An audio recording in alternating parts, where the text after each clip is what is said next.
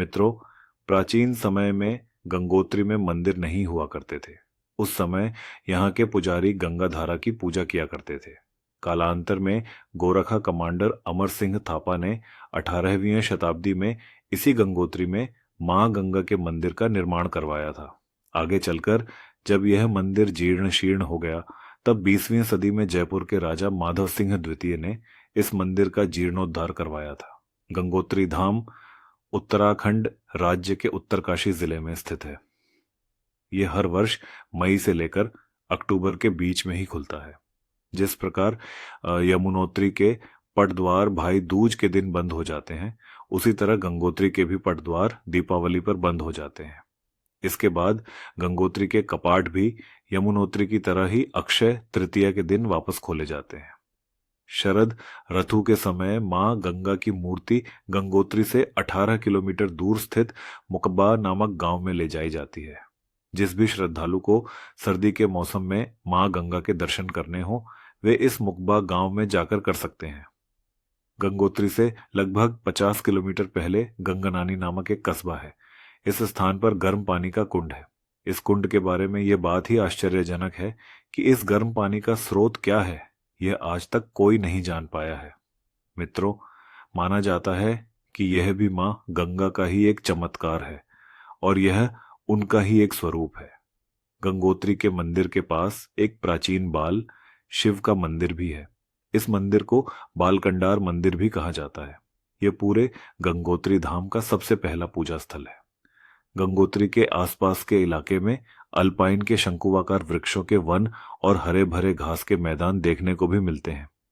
In one क्षेत्रों को सरकार द्वारा गंगोत्री राष्ट्रीय उद्यान घोषित किया जा चुका है। इसका विस्तार भारत चीन सीमा तक फैला हुआ है।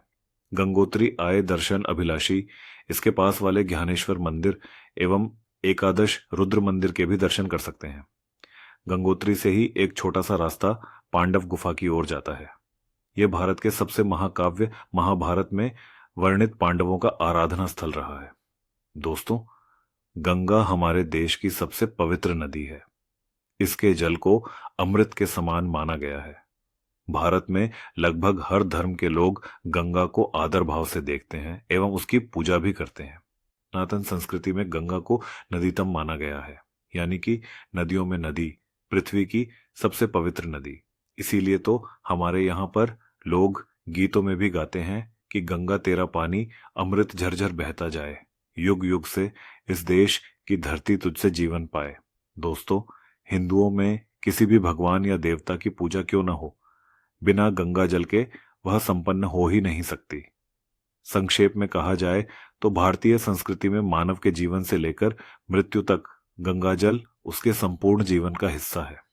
यहाँ तक कि मृत्यु के बाद भी उसकी अस्थियों को गंगा में ही बहाया जाता है ताकि मृत व्यक्ति को मोक्ष की प्राप्ति हो सके। मां गंगा की उत्पत्ति और उनके जल में स्नान करने से मोक्ष पाने के पीछे एक पौराणिक कथा है। आइए अब हम जानते हैं कुछ नंबर कथा के बारे में गंगोत्री की पौराणिक कथा। मित्रों, पौराणिक कथाओं के अनुसार सतयुग काल में एक महान प्रतापी राजा सगर हुआ करते थे। राजा सगर के साथ एक पुत्र थे और उनके ये पुत्र बहुत ही क्रूर प्रवृत्ति के थे।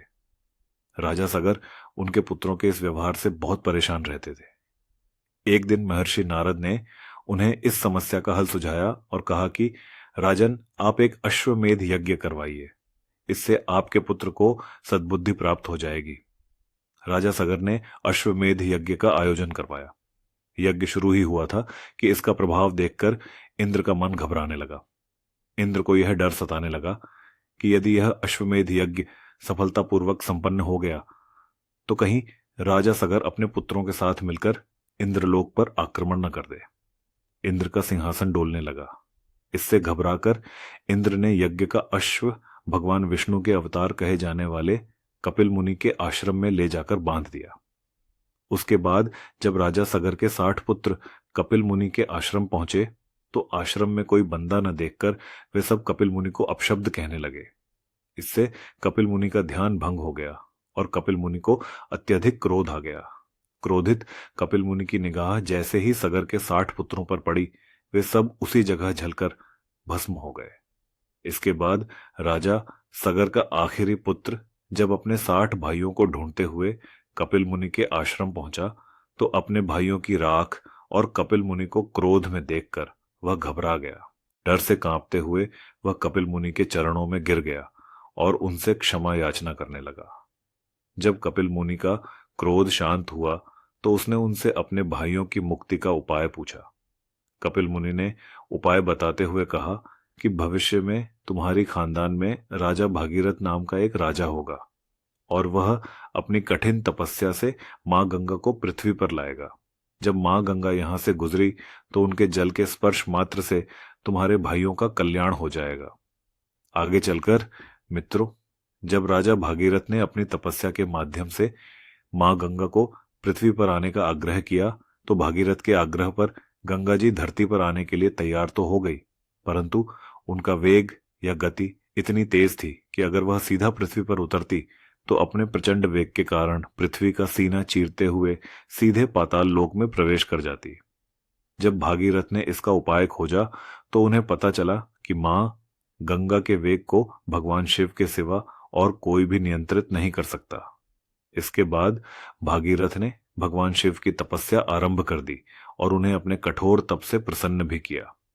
भगवान शिव ने धरती पर संपूर्ण गंगा को अपनी जटाओं में उतार लिया और अपनी जटाओं की एक लट खोलकर उससे गंगा जी को पृथ्वी पर उतार दिया, जिससे पृथ्वीवासियों को मां गंगा के प्रचंड रूप की जगह सौम्य रूप प्राप्त हो सका। जिस जगह पर मां गंगा भगवान शिव की लट के सहारे पृथ्वी पर उतरती थी, उस स्थान को ही आगे चलकर गंगोत्री कहा जाने लगा। गंगा हिमालय के सबसे ग्लेशियर्स में से एक गोमुख ग्लेशियर से निकलती है। गोमुख गंगोत्री से 18 किलोमीटर की दूरी पर है। यह ग्लेशियर 30 किलोमीटर लंबा और 4 किलोमीटर चौड़ा है। गोमुख तक का रास्ता बहुत ही कठिन है, इसलिए बहुत ही कम श्रद्धालु यहां तक पहुंच पाते हैं। भारत में गंगा नदी इस गोमुख से निकलकर अलग अलग राज्यों से बहती हुई बंगाल की खाड़ी में जाकर समुद्र से मिल जाती है। गोमुख से लेकर देवप्रयाग तक इस नदी को भागीरथ के नाम से भी जाना जाता है। देवप्रयाग में जब इस भागीरथी के साथ अन्य 6 देव नदियां आकर मिलती हैं और आगे जब ये सप्तधारा बहती है तो इसे गंगा कहा जाता है। इन अन्य 6 नदियों के नाम है जाह्नवी, मंदाकिनी, अर्शी गंगा, अलकनंदा और सरस्वती। दोस्तों, गंगा नदी धार्मिक रूप से पवित्र तो है ही, साथ ही वैज्ञानिक दृष्टिकोण से भी यह बहुत अद्भुत है।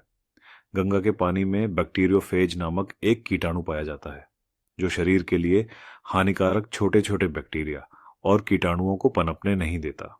इसलिए गंगा का पानी कभी भी किसी पात्र में भरकर रखने पर नहीं होता। इसके अलावा पानी में एंटी एजिंग प्रॉपर्टीज भी पाई जाती हैं जो हमारे शरीर को डिटॉक्सिकेट करने में मदद करती हैं।